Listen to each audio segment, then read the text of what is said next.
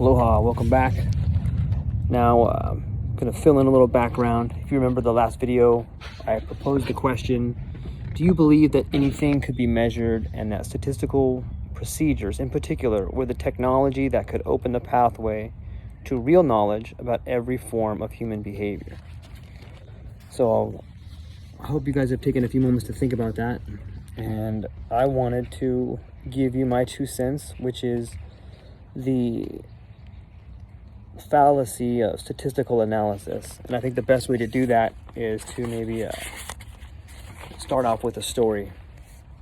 Once upon a time, in a village in what is now Lithuania, there arose an unusual problem. A curious disease afflicted many of the townspeople. It was mostly fatal, though not always, and its onset was signaled by the victims lapsing into a death-like coma.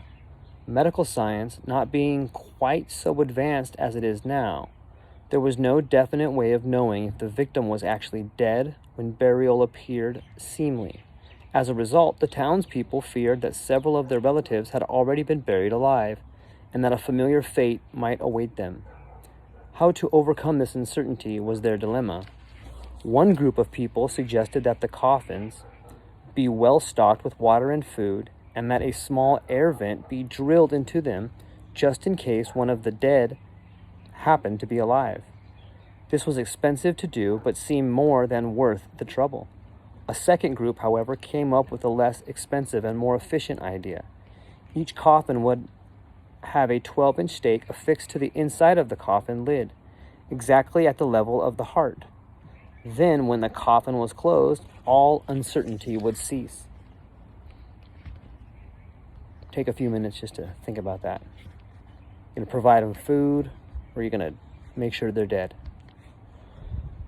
This story does not indicate which solution was chosen, but for my purposes, the choice is irrelevant. What is important to note is that different solutions were generated by different questions. The first solution was an answer to the question, how can we make sure that we do not bury people who are still alive? The second was an answer to the question, how can we make sure that everyone we bury is dead? Questions, then, are like computers or television or stethoscopes or lie detectors in that they are mechanisms that give direction to our thoughts, generate new ideas, venerate old ones, expose facts, or hide them. So, anytime you're using statistics, you have to ask a question. How many are there? What color are they? What happens if X plus Y? There's always questions involved in order to get analysis. And so if you ask a bad question, what do you get? You get a bad answer.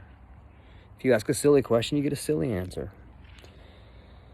So when we talk about statistics, I think it was Mark Twain who said, there are lies, damn lies, and then statistics.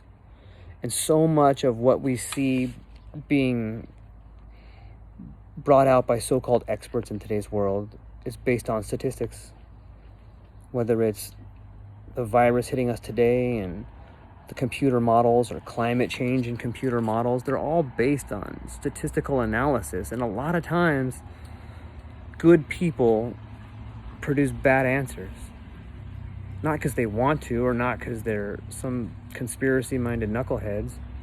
It's just that the information they're asking might not be the right question. And when you build your statistical analysis or your computer models on evidence that is not entirely accurate, you can get way out in the woods from the truth. And so that's my answer to the thought of the day. What's yours?